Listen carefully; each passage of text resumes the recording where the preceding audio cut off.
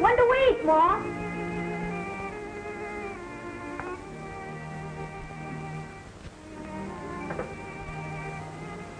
Tom Cushy. You'll be the death of me. Don't you know a place for everything and everything in its place?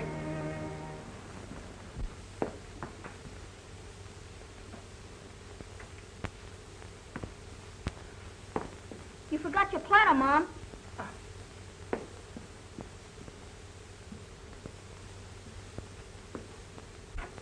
Hey, Mom. That you, Robert? Dinner ready? Just as soon as Ruthie gets here. Hey, you got another letter from those finance people. Pipe down, will you? Where is it? Mom's got it. Hey, Mom! Stop. What's the matter, children? Nothing. Sure? Just a little tired. Oh. Look, darling, I forgot. Here's a letter came for you. Finance Corporation.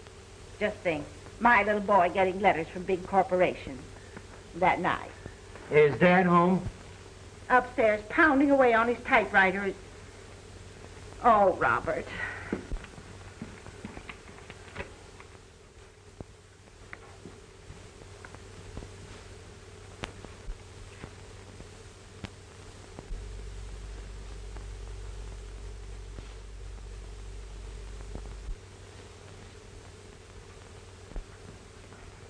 Your salad, Ma. Oh, yeah. Did Dad get his raise last night? No, he didn't. But I'm going to speak to him about it just as soon as he comes down to supper.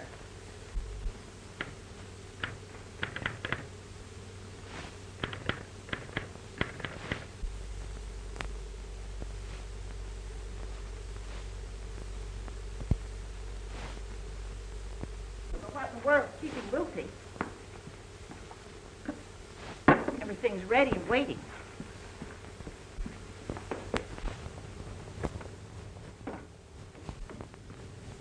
Gary, it was grand. See you tonight? Maybe I'll, Shall I give you a buzz later? do that little thing. Bye. All right.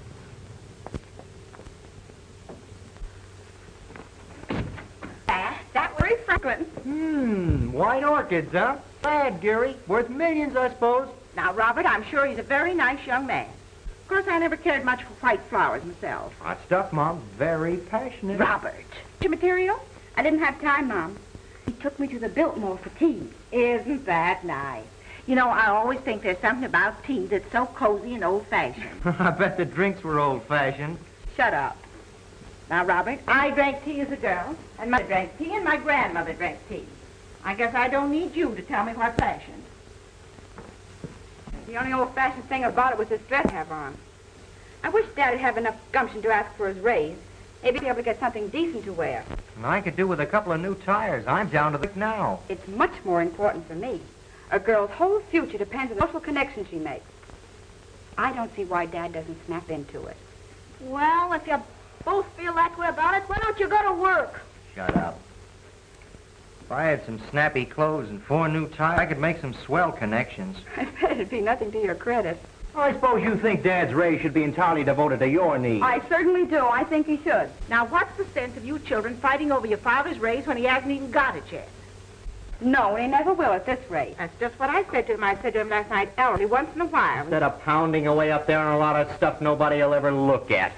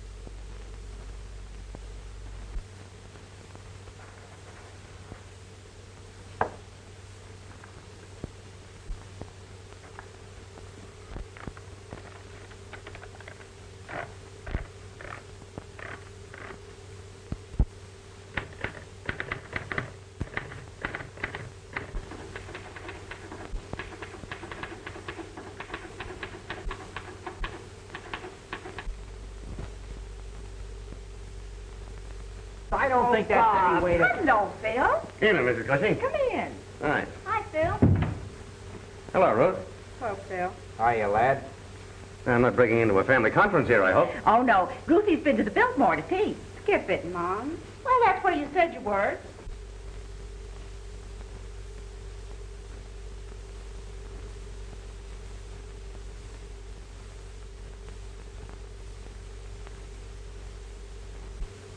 Hello, Tommy, my boy. How are you? Okay. Thanks for dinner, Phil? Well, I don't know. I'm afraid it's somewhat of an imposition. Oh, nonsense, Phil. There's always something left over. You might just as well eat it as throw it away. Well, Ruth? You're an eyeful for any man. I feel anything but that. Why? What's the matter? You must know it's about Dad's raise. Oh, did he get it? If he had, we'd be spending it, wouldn't we? Well, not all of it, I hope. Bob would need most of it. He's 2 payments behind on his car now. Who asked you to horn in? Why don't you sell it and let somebody else do the worrying? Well, I'd never have bought the thing if I hadn't counted on Dad's raise. If you'd taken that job Dad had Mr. Jefferson offer you, you'd be able to make the payments on the car yourself. Work for that man? I'd rather walk all the rest of my life. It's men like him that are plunging us into this vortex. He's a human monster, gorging himself with the country's goods, taking bread from the mouths of honest people. Now, Robert, don't be silly. Who's going to want bread that's been in somebody else's mouth? The only solution is to stamp out such money gluttons as the Henry Jeffersons, tear them to pieces, beat them down into dust. That's right? I ask you, isn't it? Darling, if you go on like that, you're going to have a headache. Seriously, Phil, don't you think Dad should demand his raise? In your opinion, Phil, wouldn't this be a good time to ask for it? No, I don't know. All times are about alike in the newspaper business, Bob.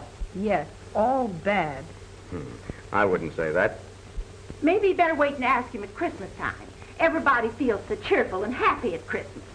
Everybody feels terrible at Christmas. Positively savage. Well, I don't know why they should. It's a holiday. Trouble with Dad is he has no initiative. No, Bob. The trouble with your father is he underestimates himself. No, children. The trouble with your father is he won't stand up for his own rights.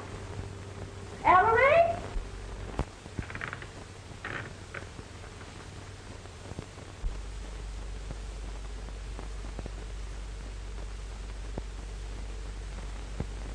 Ellery?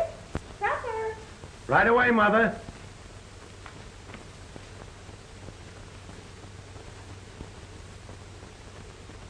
Come on, everybody. Maybe you don't feel hungry after your tea party. What's it to you?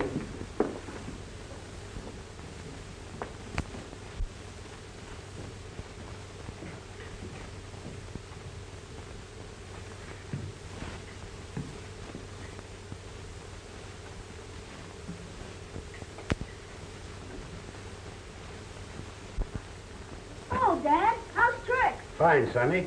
How's everything with you? Oh, swell. Hello, Dad. Oh, Father. Evening. How are you, Phil? Ellery, fix your hair. You know, it's good to see you here. Well, thanks, but I'm afraid I'm here most of the time. And Ellery, straighten your tie. We're always glad to have you. Thank you. You burned a hole in your vest. Many's the time I've told you when you were smoking upstairs like that. You ought to take your vest off. Well, sometimes I burn holes in my pants, too. Trousers, Ellery, trousers.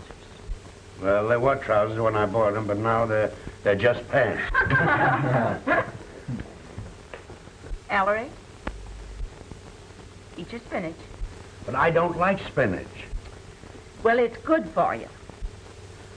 Now, wouldn't it be disappointing if spinach wasn't really helpful after all that you take to get the sand out of it? Well, it's got something or other in it that makes red blood. We got enough red blood in this family. You need, Dad, to ask for your raise. I guess what I need is a diet of raw meat. Why, Ellery, you always say you want your steak well done. Skip it, Mom. Well, that's what he says. Really, Dad, you must see about getting your raise tonight. Well, you see, this new editor has gone in for a strict economy program. I was talking to Ed Hale about it last night. He thinks it's a bad time to ask for... That's just the trouble with you, Ellery. You're always letting everybody tell you what to do. Yeah, Dad, you don't seem to have the courage of your convictions. If you'd only listen to us. What we mean, Dad, is you never seem to think for yourself. Oh, Ellery. I'm sorry, Mother. I didn't see that glass. Trouble with you is you're always pounding away on that old typewriter upstairs, never thinking of your family. You just won't listen to anything or anybody. Well, I think what Hale said is a fact. That may be right, but Dad needs a raise. A man has to speak up if he's going to get anywhere in this world. That's the truth, Dad. If you'd only take our advice instead of every Tom, Dick, and Harry's, you'd get someplace. Well, maybe you don't ask for advice, but you let them give it to you just the same. What's for dessert, Mother? Smells to me like raspberries. Why, Tommy, how'd you guess it? No raspberries for me, thanks, Mom. Oh, Robert. Excuse me. None for me either, Mom. Lucile. I don't care for any raspberries. Well, for goodness sakes, if I'd known nobody wanted any, I wouldn't have bought them.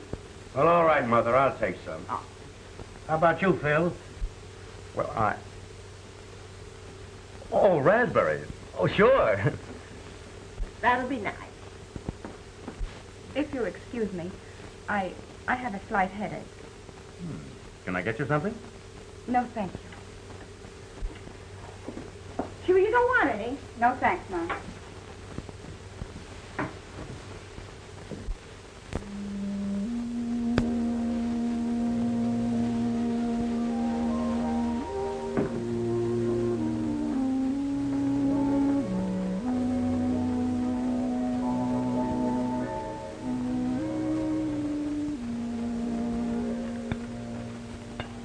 Would you excuse me, Mrs. Cushing?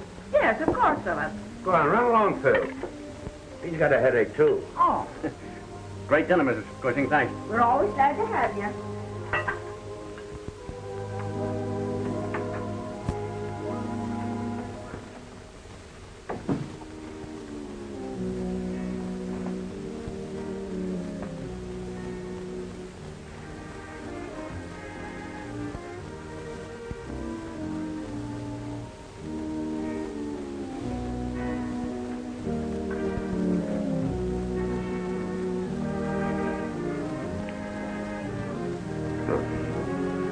Kiss me.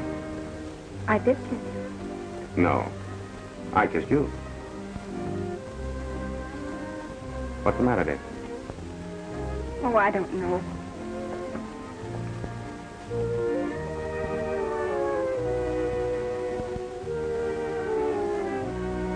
Can't you tell me? It's Dad. Dad? What's he done now? That's just the trouble. He goes on the same old way. It's maddening, Phil. Is that all? All. This eternal poverty. Poverty? I can't stand it any longer.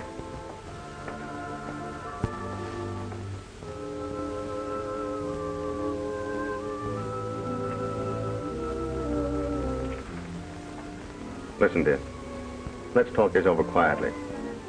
I don't want to go on like this. Why doesn't he do something to get us out of this? Well, I'm sure he's doing the best he can. It's pretty hard for him, too. You see, this copy reading that he's doing now is hard on his eyes. Why doesn't he insist upon getting his old job back again? It belongs to him. Why, for over 15 You years... don't understand, dear. This new editor is a tough nut to crack. Besides, this is the newspaper racket. Anyone knows if a newspaper man isn't an executive by the time he's 50, he lands in a poorhouse. I wish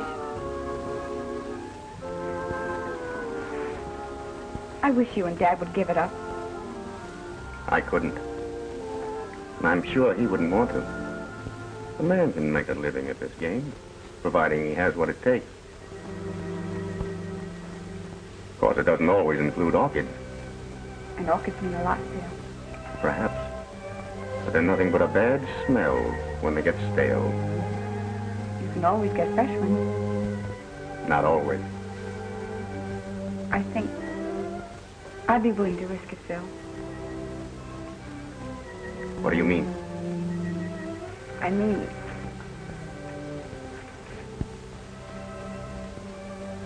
it. I'm asking you to quit the paper. Why, you're kidding. I was never more serious in my life.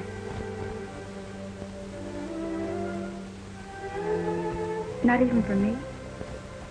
Listen, Ted. It's the only business I know. It's my life. I love it. I couldn't give it up. You're sure you mean that? Absolutely.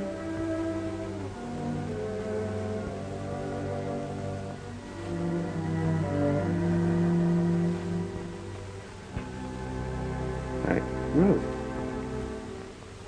I've had experience with one failure in this newspaper business, and I'm not going to be silly enough to take on another. I'm sorry, Phil.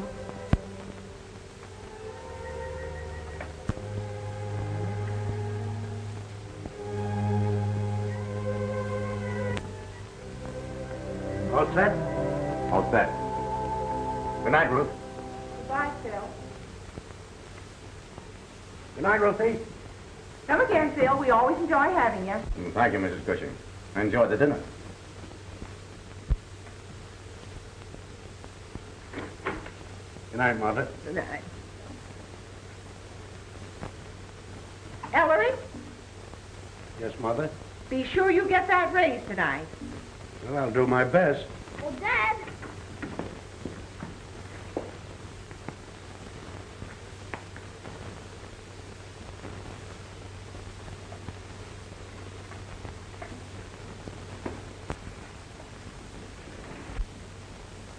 No, I won't forget, Mother. Bottle of magnesia. Yeah, sure, I'll bring it home with me. What? No, I haven't had a chance yet. Why, I haven't seen Flintley yet. No, I won't forget. So long, Mother.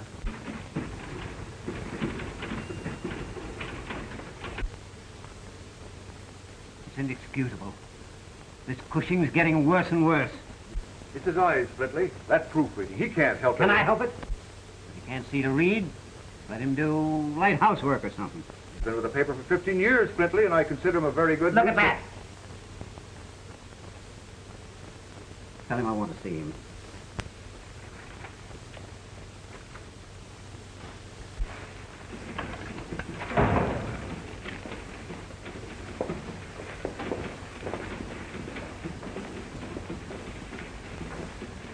Oh, Hale.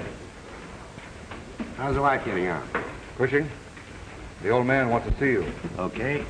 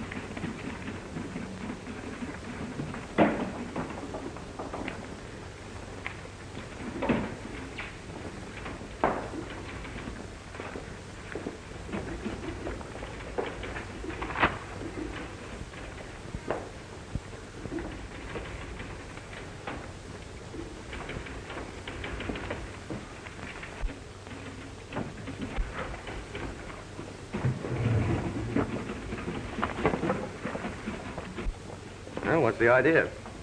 Well, what's your guess?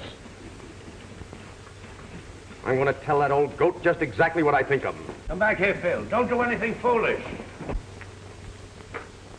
Well, what's on your mind? Flintley, ever since you took over this paper, I've wanted to tell you a thing or two. Listen, Sergeant. Now, wait a minute. You're on the listening end this time, and you're going to sit there and listen while I tell you.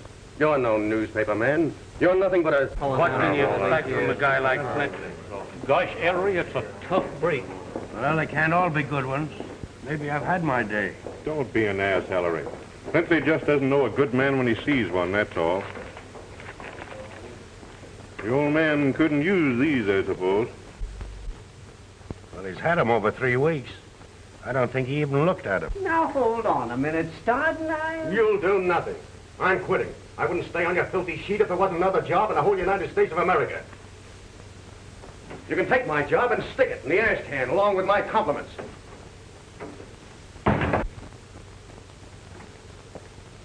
Well, some editor's going to have sense enough to see them. You're darn tootin' they are. Come on, let's get going. Phil, you didn't. Quit? I should say I did quit. Nothing I've ever done in all my life has afforded me such genuine pleasure.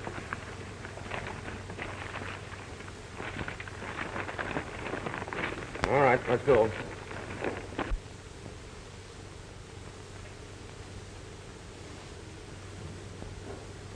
I've got to give 3 reasons why the present form of government will succeed.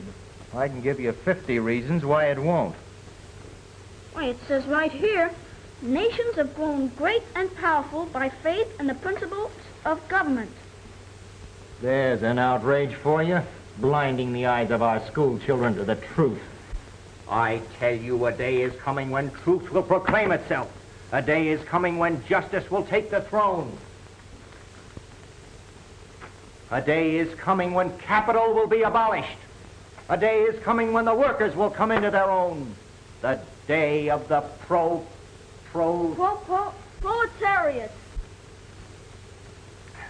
The proletariat is at hand. When might will be right.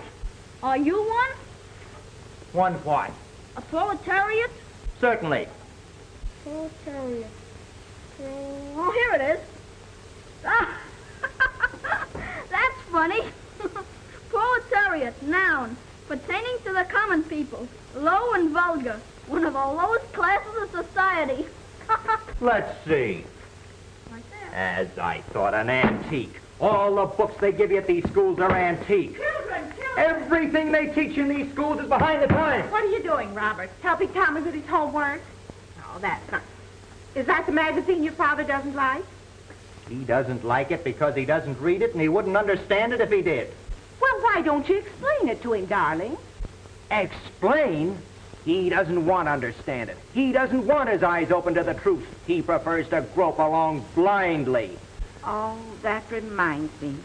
I must tell him to get his glasses fixed. Come on now. Drink your beer and forget all about that job you quit. Quit? Yes. Understand? The job you quit.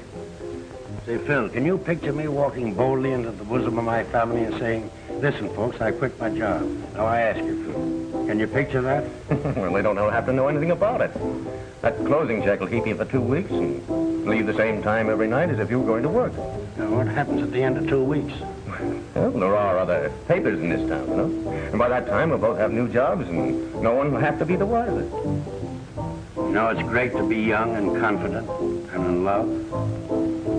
No, we won't go into that. Just carry on as if nothing had happened. Well, I can't lose anything by trying it, but if I take this junk home, Mother will get suspicious, so you help me get rid of these headline humors that nobody wants. What do you mean nobody wants? You mean to say you think you could do something with them? Something? Why, these are exactly what people want. Now, I'm going to be your manager. Thank you, Phil. And I'm going to make you the greatest humorist in America. No, in the world. In the world? Well, you know, Phil, the world goes round and round, so don't let it get you dizzy. As I was saying, when I so delightfully interrupted myself, who could possibly be hurt? You're not married, and I'm not married. So whose business is it what we do? Well, I never thought of things in just that way. I'll have to think it over. Thinking is something you mustn't ever do. Thinking ruins everything. Thinking is the wet blanket of romance. Well, good night. I must go in now, Gary. It's almost time for Daddy to come home. Okay, darling, if that's the way you feel about it. Gary, you'll call me tomorrow? Around 6. That'll be fine. Good night. Be a good girl.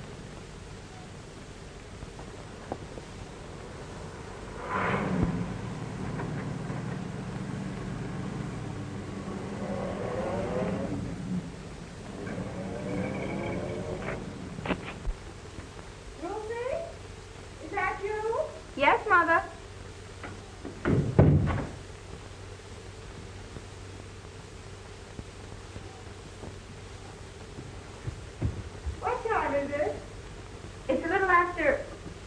Mother. Well, good night, Mr. Cushing. Good night, Phil. Don't forget that job you quit. We can work in my apartment. Well, that'll be all right if you can keep your apartment. Well, don't let's worry about that. So long. Oh, Mr. Cushing, here's Mother's magnesia.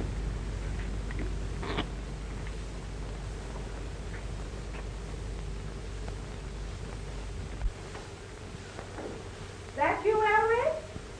Yes, it's me, Mother.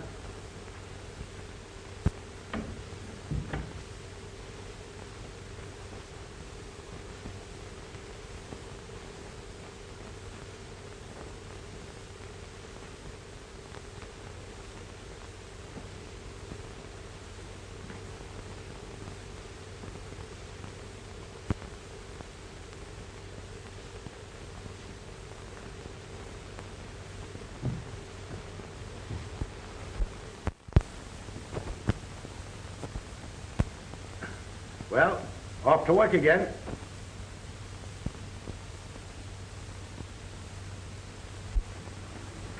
I'll be back at the usual time. A tough night ahead of me. Ellery? Yes, Mother? Don't forget to do something about that raise tonight. I'll do my best.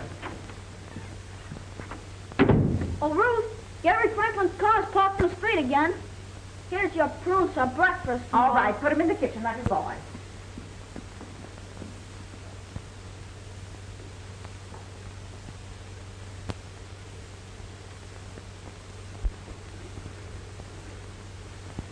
Ruthie? I thought I wouldn't have to go through all this again, but I'm quite sure I'm right about that fellow Franklin. I don't think you understand him, Daddy.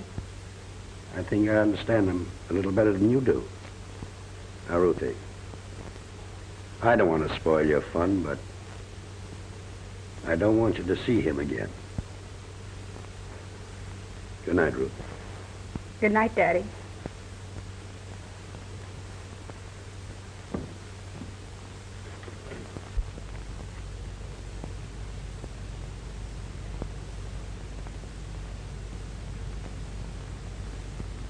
Your name's Franklin, isn't it? It is?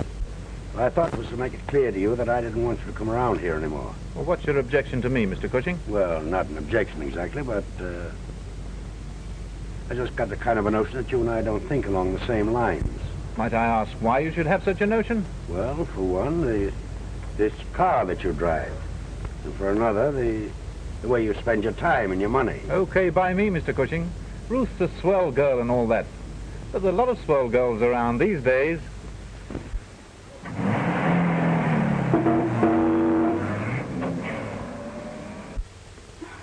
Dad makes me simply furious.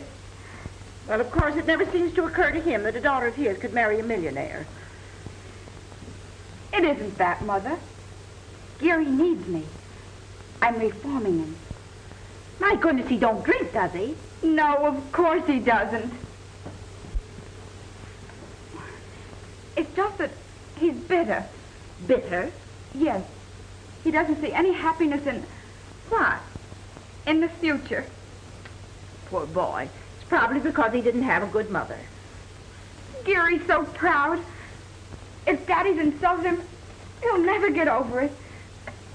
He'll think I don't want to see him anymore, and he'll go away on one of those awful tramp schooners. Well, I should think with all his money, he'd want to take a good boat. Oh, Mother!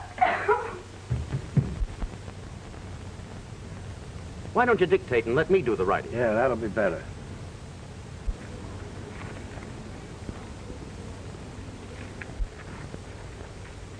Say, how do you get that way, big boy? Sorry.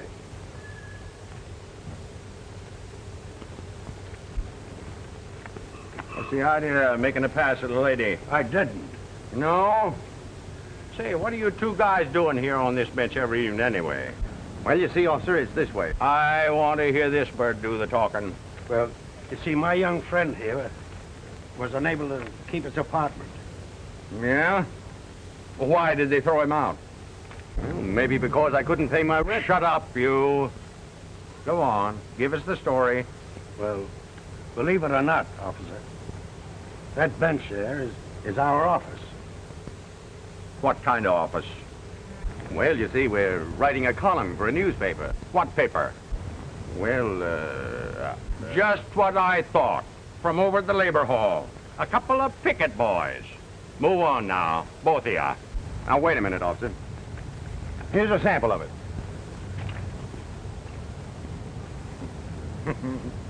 Here's another one. How do you like that?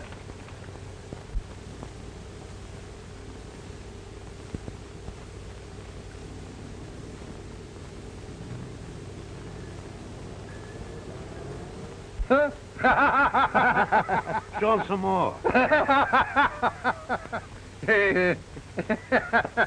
Well, the office is yours. Well, that's encouraging anyway. Now, if we could only find an editor with a sense of humor. Well, 50,000 editors can't be wrong. Maybe it's us. Well, didn't you hear the cop laugh? Yes, but that was funnier than what he laughed at. Now, why do you say that? Now, listen, Phil. Let's stop fooling ourselves. We're not trying to make policemen laugh. We're interested in editors. Now, wait a minute. I'm working on a new angle, and I guarantee that it'll bring home the bacon. Well, I always did like bacon.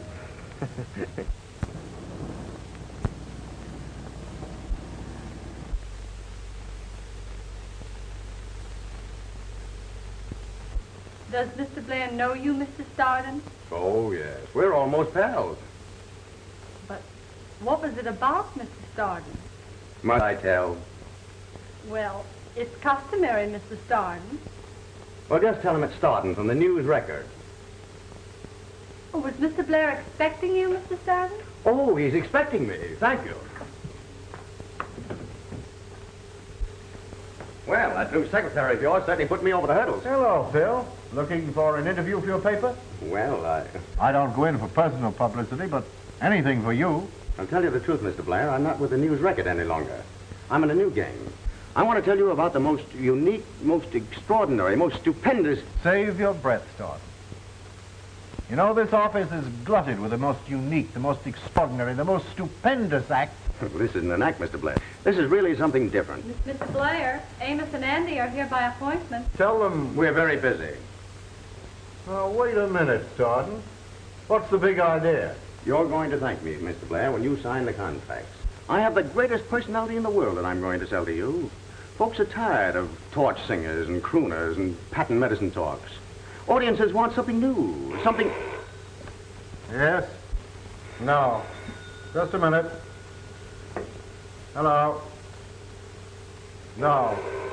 We can't use them. Yes? I've got to Now, stop. Mr. Blair's very busy right now. He can't talk to anyone for another hour or so. Yes, right. Now, look here, Stardon. You aren't far enough. No, this is just the beginning. Think of your father. Think of your grandfather. Why, this man Cushing is your father and grandfather all in one.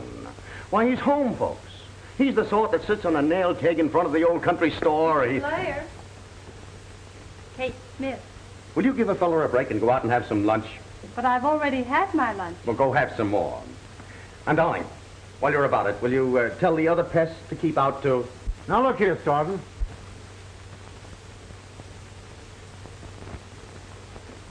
Now, this man Cushing, the old ladies are going to love him. The young girls are going to adore him. And you yourself are going to be glad to listen to him. All right. You win. Bring him around to the office at 2 o'clock tomorrow, and I'll see him. No, not tomorrow, Mr. Blair. Right now is the time for you to see him. What? Yes, that's right. A single white orchid delivered every morning. No card. No, that's exactly what I said. No card. Yeah, then... huh? Yeah, send a bill to me at the radio station. Thank you.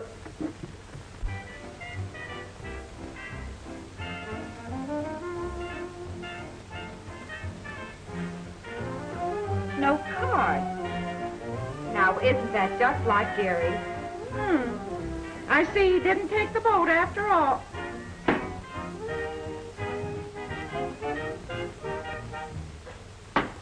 This is station KEY, presenting for the first time Uncle Dudley. Uncle Dudley will talk on subjects close to the hearts of the American people. Friends, this is your Uncle Dudley saying hello to you on an important day for men, Father's Day. It's remarkable that almost all the talking on the radio is done by men when you figure how little chance they get to talk at home.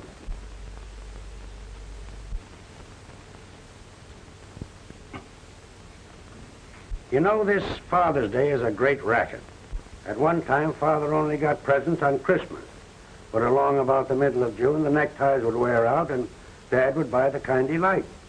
Now, Mother knows Dad can't pick out his own neckties, so they started Father's Day, just so Dad could get a fresh batch of ties to carry him till Christmas when they could start the whole thing over again. But we've heard enough about Father. Let's give a little thought to Mother. Mothers, why, bless them, there isn't one of them who gets half enough appreciation.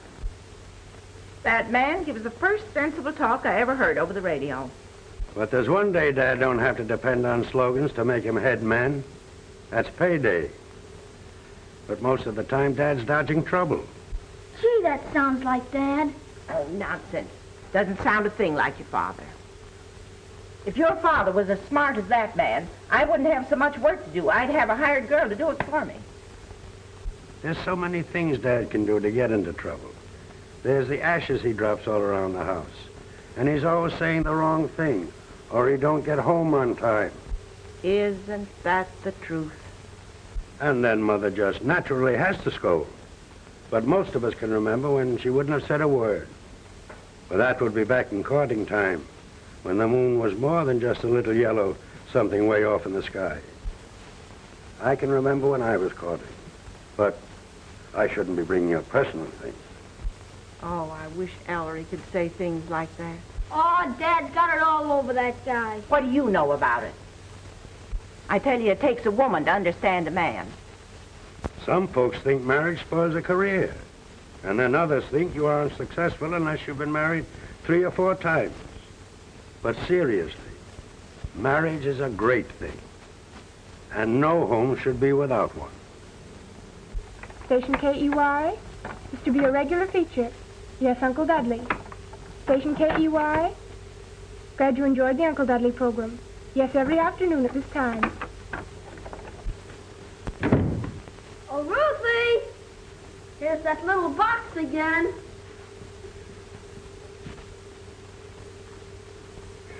Thank you, Tommy.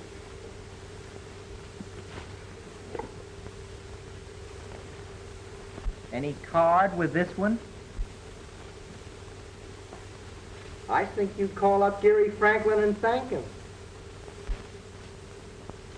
It's too divine, this silent tribute every day. Oh, for Pete's sake. What's the matter, Robert? Nothing. Sure? A little tired, that's all. Oh, Robert. Here comes Dad. Well, I'm going to find out right now where he's been spending his afternoons lately.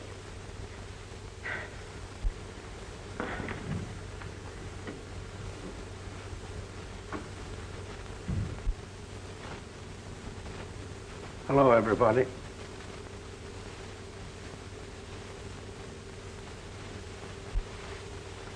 Mother.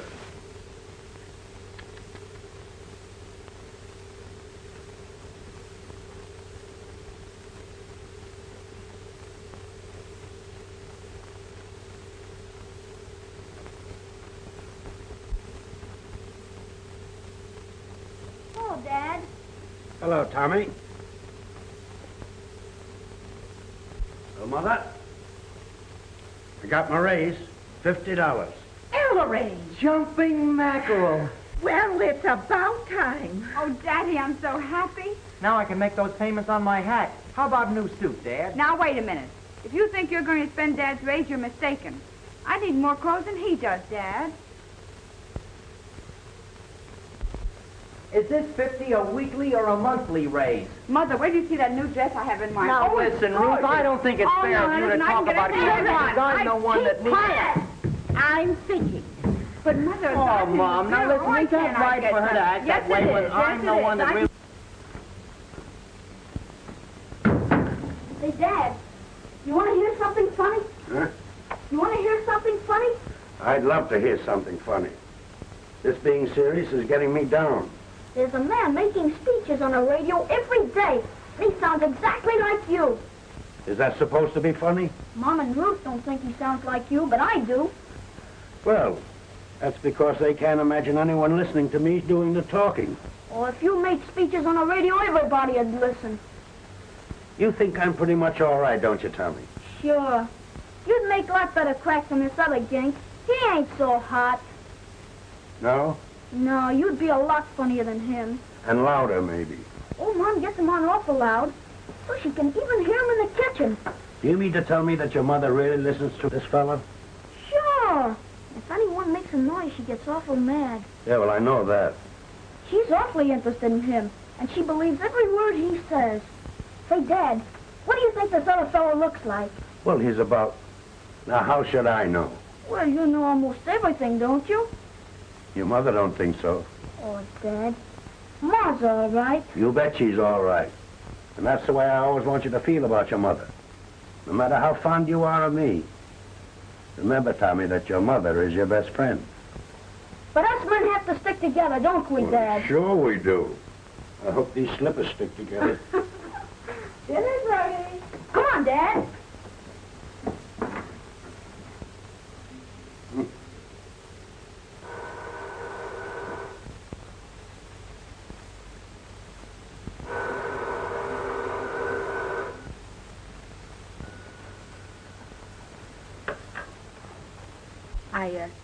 I had hoped you'd finally get around to calling me.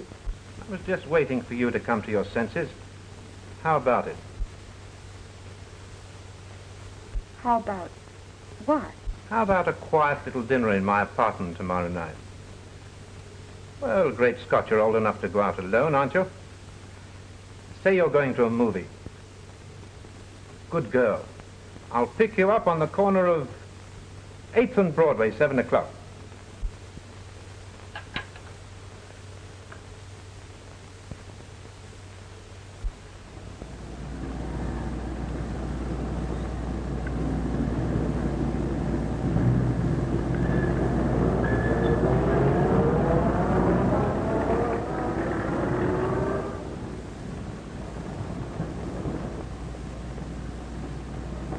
Well, what do you know about me running into you like this? Come on, I'll bow you home. Now, shall we take the bus or the streetcar? I was going to, A picture? Well, that's fine. I'll tell you what we'll do. We'll celebrate my raise. I'll take you to dinner, you know, nice dinner, no spinach and no raspberries. And then I'll take you to a show. But isn't Mother expecting you for dinner? Well, I'll phone her. Tell her we're dining out. I'll ring off quick so she can't answer me. And let me see, it isn't often, you know, that I get a chance to go out with any of my family. Well, we eat. Used to be an awful nice little French restaurant, but I remember where it was. Come on. Well, wait till I see what this show at the American is all about. Good, here's a review of it. It seems to be all about a sweet young girl that ventures into the apartment of the rich playboy. With, you know, the usual result, disgrace, broken-hearted parents, and all that sort of thing. You know, it's a mystery to me how the movies can keep on telling the same old yarn over and over again. Girls nowadays are wise. They know all the answers. And these chaps with apartments, why, everybody knows. They get the decent girls only when they can give them a good enough sales talk. And when they can't, why, they just phone to one of the old standbys. And it's the old standbys that I feel sorry for. Poor little devils. They must have been worthy of respect sometime. So, that's a picture we don't want to see, do we? And now, young lady, I'm going to break down and take you to a real show. What do you know about that? Daddy, I think you're swell.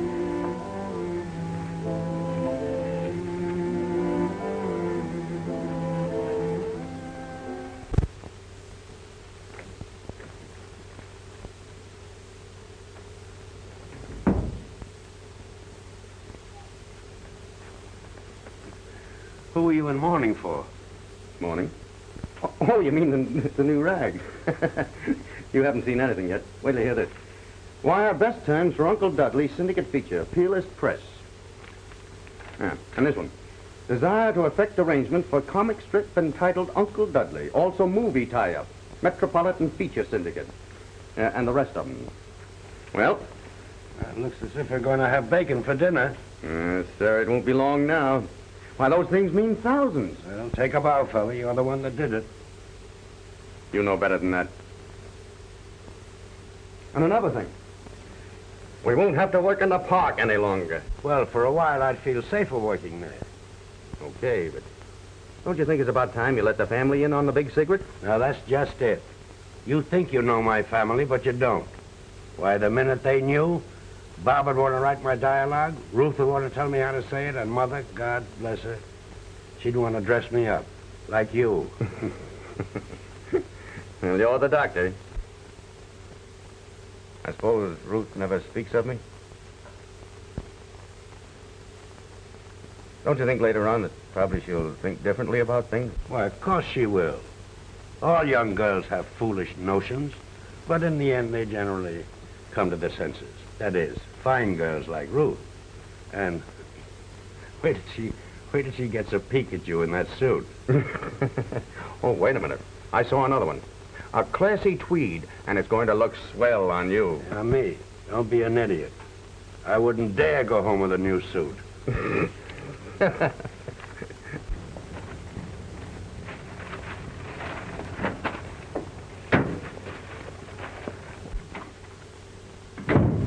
Bob. Hi, Sis.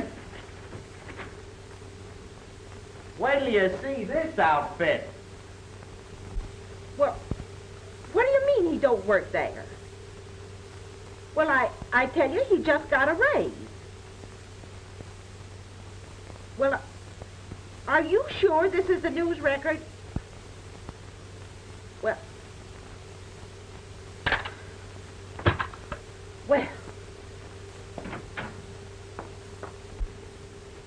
Say, Ruthie, what do you think? I just telephoned the office. The man says your father doesn't work there anymore. How do you like this, Mom? Isn't it a honey? Well, that's ridiculous, Mother. There must be some mistake. Well, of course there is. I said to the man, well, he does work there, and he said to me, well, he doesn't. Well, I'll call Phil. He ought to know. Oh, Robert. This hat will make him sit up and take notice. Notice what? News record? May I speak to Mrs. Darden, please? Look at the pants, Mom. Look at the pants. Do they fit? Well, I don't know. Seem kind of tight in the seat to me.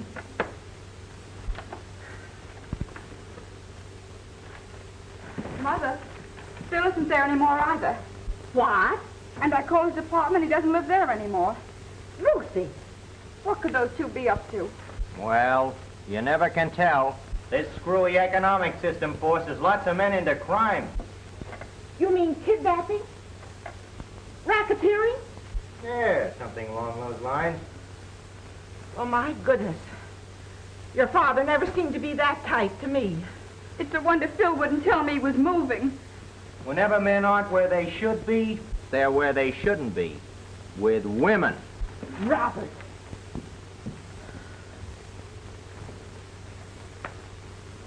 Sometimes, when men get to be Ellery's age, they start acting in a very peculiar manner.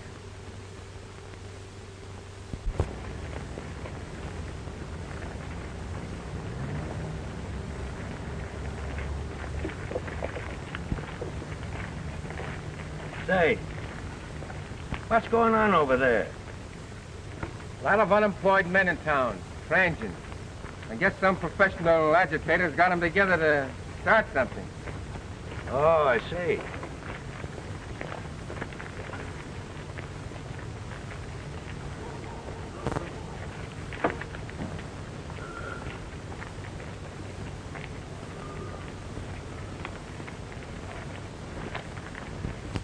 And now, comrades, we have a young worker with us tonight who has a very important message for you.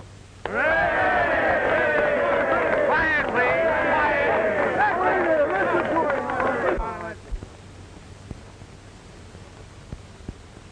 Comrades, we are gathered here tonight at a critical moment in the great stride toward liberty. How long are we going to cower here like dogs instead of rising and taking what's coming to us?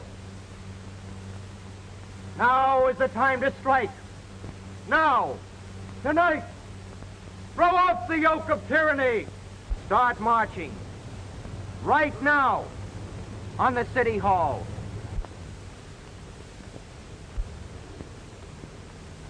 Action!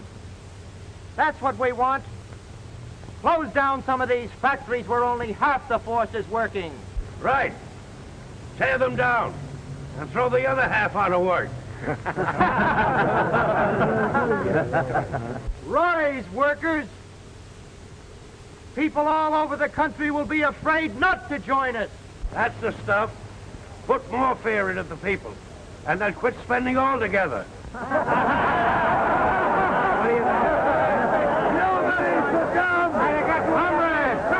Comrades! We've taken oppression. We've taken depression. What more are they going to ask us to take? Why don't you take a walk? All right. If you people want a vote, we'll show maybe a friend out there can give it to you. Maybe he can at that.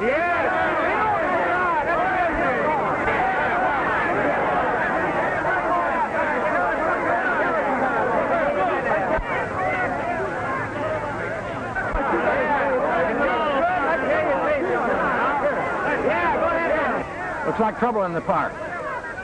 Gotta send the riot squad over right away.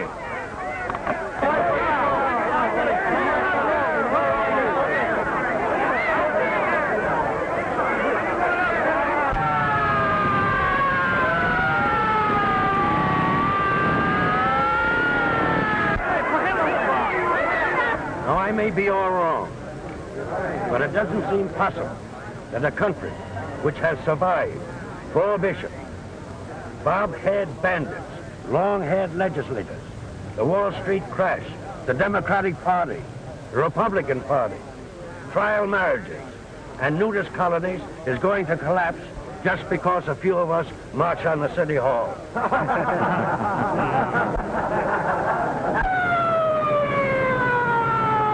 We asked our country for a new deal, and we got it. We asked our country for a reemployment program, and we got it. We asked for a home loan and the farmer's relief, and we got it. That's it. He's on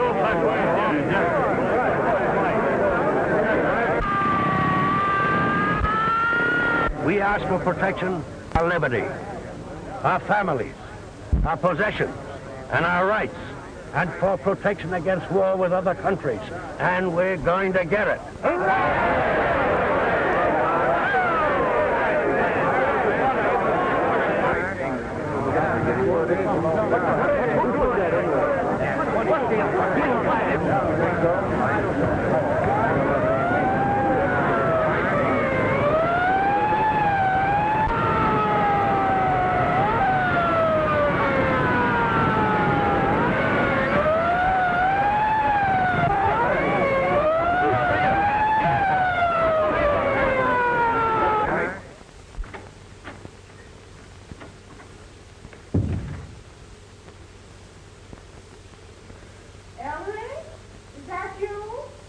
No, it's me, Mom.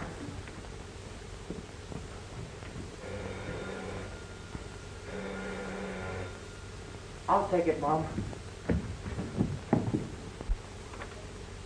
Hello? Yes? Who's calling us up at this time of night?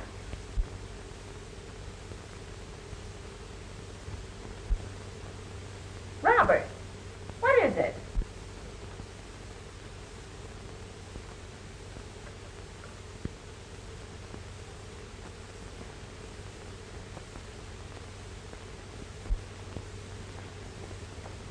It's Dad.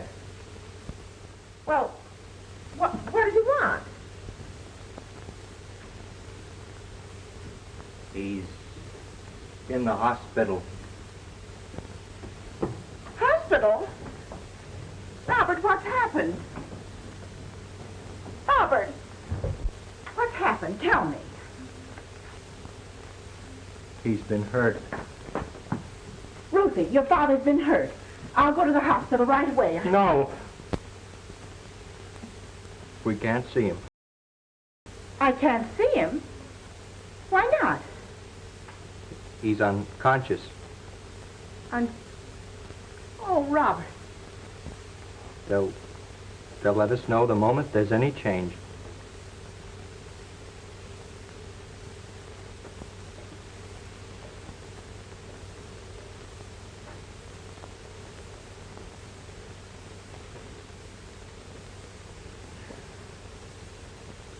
It's all my fault. Station KEY. Uncle Dudley is at the Good Samaritan Hospital. You're welcome.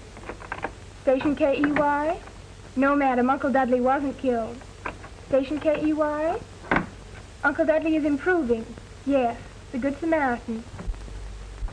I told you it sounded like Daddy. Tommy, be quiet. Mr. Cushing and I'll be married 25 years in September.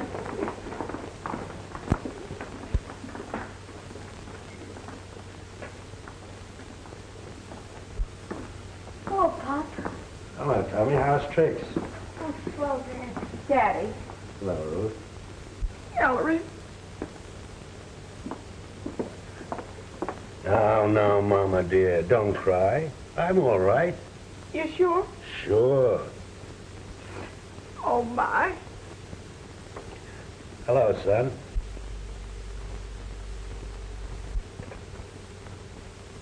You know, I'm awfully sorry you didn't take that job Henry Jefferson offered you. He's a fine man. I know, Dad. I'll drop around and see if that job's still open. Well, that's a very good idea, son. Got my necktie on, haven't you? It's all right. Say, Ruth, don't you think it's about time you told Phil to stop sending you those orchids? Phil? Sure. You know, it might get to be a habit, not a very sensible one at that. Hello, Phil. Oh, I'm sorry. Come on in, Phil. Hi, Phil. Hello, Tommy. Hello, folks. Hello, Phil. Hello, Ruth. Well, how's the big strike breaker this morning? Feeling better? Feeling better every minute. Feel well enough to eat spinach. Nurse. A little later, Mother. Your public is howling for you. Well, Phil's my manager. He started them howling for me. And I got a whole truckload of fan mail, too. Tell me, how does it feel to have such a famous father? Oh, I told him all the time it was Daddy. Phil. Phil, you don't have to send me orchids.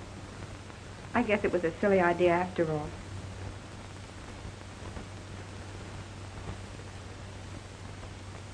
Didn't I always tell you, Mother? If you bring your children up right, nobody can knock the props from under them. I think I'll make that my next radio talk. Oh, nonsense, Ellery. What you want to talk about? Whose hotel? Talk about foreign travel. Maybe you'll get a Children, break keep off. quiet. Ellery, you must talk about fashions for men. We've got something especially nice for you today, Mr. Cushing. What? Raspberries.